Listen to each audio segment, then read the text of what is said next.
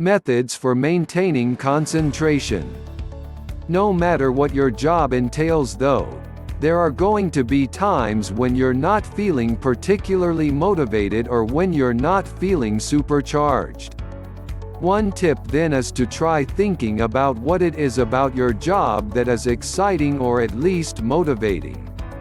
If you are currently working in a job that you find dull, for instance, then remind yourself why it is that you're doing that work and how it can eventually lead to a better lifestyle.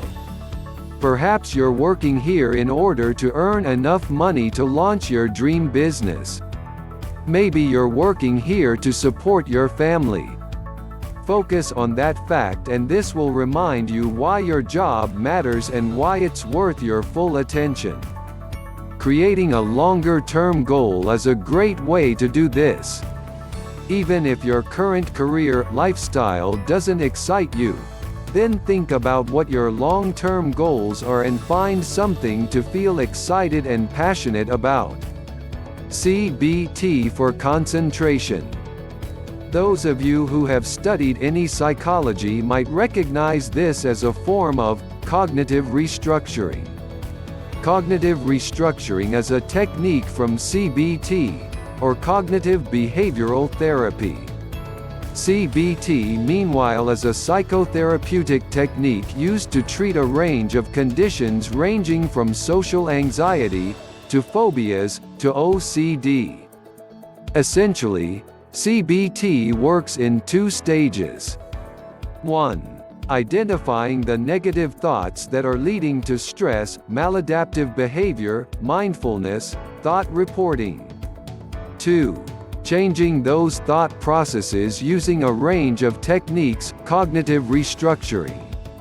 So if you were afraid of speaking in public, for instance, you would first use mindfulness meditation, listening to your own thoughts, and thought reporting, writing a journal of what you think just before speaking, and then see what negative thoughts were causing that anxiety. It might be that you find yourself thinking things like, "What if everyone laughs at me?" or "I might stutter," which of course is what then causes you to freeze and to perform badly. Thus you use two tools called thought challenging and hypothesis testing. Thought challenging means that you challenge your beliefs and break them down to see if they're accurate.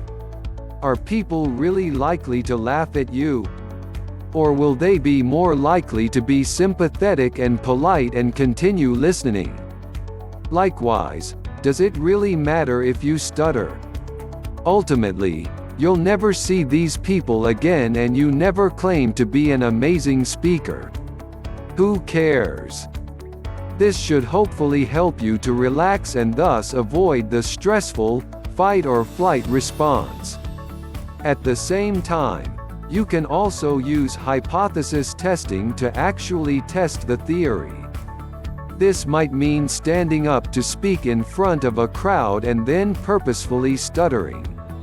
It's terrifying, but very quickly you'll learn that it really doesn't matter what happens, people are kind and you'll survive. But CBT can also be used in the reverse manner. You can also use cognitive restructuring to tell yourself that something is important and to focus on the reason it really matters. Repeat this like a mantra. I need to keep working on this. If I work now, I can rest later. This work will help me achieve my goals. Focus on the emotions that drive you to keep going and put aside any negative thoughts like, 5 minutes on Facebook won't hurt. We all know that 5 minutes is never 5 minutes. As soon as you start using these techniques, you can actually start to lead your brain state and force yourself to focus on the things that matter.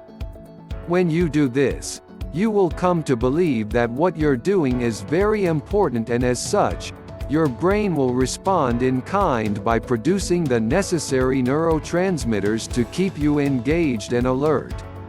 Other things, like Candy Crush, won't seem as important and thus they won't be able to distract you. It's your perception that counts. What CBT really teaches us is that it's our perception of a situation that really counts as far as the brain is concerned.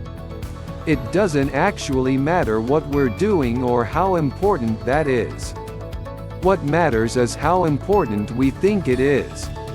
Let's put it this way. If you were standing on top of a volcano as it erupted, this would cause you a lot of panic and your brain would react by producing tons of norepinephrine and epinephrine. This would trigger the fight or flight response and your heart rate would increase, your focus would narrow and you'd feel highly stressed and scared. Did the volcano cause this? No.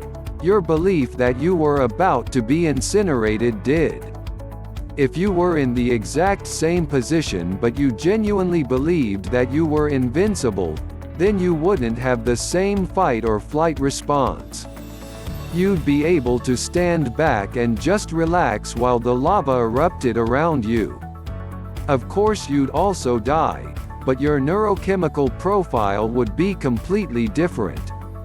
If you can change your perception of events, then you can control the release of neurotransmitters, you can control the activation of brain areas and you can make sure you're in the perfect state of mind for whatever task awaits you.